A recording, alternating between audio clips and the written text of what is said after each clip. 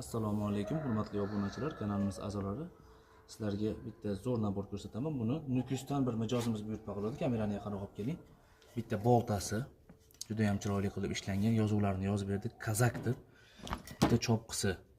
3 ta pichog'i bo'ldi. Go'sht kesadigan pichog'i, terilaydigan pichog'i, bo'g'izlaydigan pichoqlari bo'ldi. Xudo xolasa, qayrog'i, ikkigan kapkirlari bo'ldi. Bu kapkirini bemalol bo'shatib, mana rezvali kapkir. Ukadada power ekan u akamiz, katta oshlarni qiladi ekan. Shunday bo'shatadi-da, xolasa bu yog'ini kichkina osh solganini ishlataveradi. Xolasa bunisini shunday qatirib olib, oshga olaganini ishlataveradi.